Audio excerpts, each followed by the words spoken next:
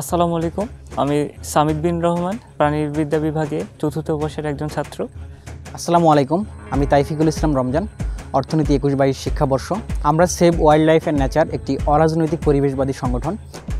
আমি save wild life and নেচারে দীর্ঘদিন যাবৎ কাজ করে থাকি। ক্যাম্পাসে সাপসহ অন্যান্য বন্যপ্রাণী উদ্ধার ও অবমুক্তের কাজ করে থাকে বন্যপ্রাণী অধিদপ্তরের আওতায়।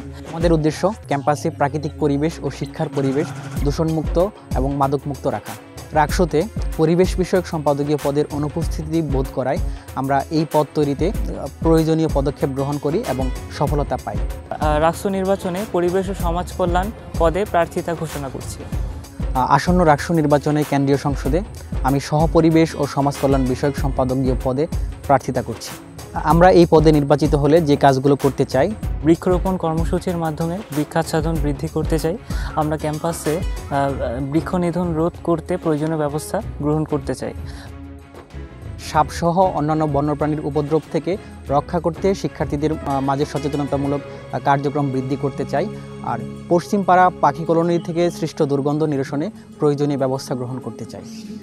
মানুষ ও অন্যান্য বন্যপ্রাণীদের সংখ্যা দূরীকরণে আমরা সহায়তা করতে চাই। আমরা অতিথি পাখিদের বাসস্থান সুরক্ষিত করে জলাশয়গুলোকে বাণিজ্যিকীকরণ রোধ করে লিজ দেওয়া বন্ধ করতে চাই। প্রকৃতি বিষয়ক গবেষণায় শিক্ষার্থীদের উদ্বুদ্ধ করতে প্রয়োজনীয় ব্যবস্থা গ্রহণ করতে চাই। ক্যাম্পাসে বহিরাগত চোরা শিকারি রোধ করতে এবং জীববৈচিত্র্য রক্ষা করতে নিয়মিত টহলের ব্যবস্থা করতে চাই। বিরল প্রজাতির উদ্ভিদ ও প্রাণী রক্ষায় আমরা উদ্যোগ গ্রহণ করতে চাই। ক্যাম্পাসে শব্দ দূষণ ও প্লাস্টিক দূষণ নিরসনে আমরা কাজ করতে চাই। যেহেতু পরিবেশ ও সমাজ কল্যাণ বিষয়ক দুটো পদ একসাথে যুক্ত করে দিয়েছে, তো আমাদের সমাজ কল্যাণ বিষয়ক কার্যক্রমগুলোর মধ্যে হবে রাবি মেডিকেলে স্বাস্থ্যসেবার মান উন্নয়ন করতে প্রয়োজনীয় ব্যবস্থা গ্রহণ করতে চাই।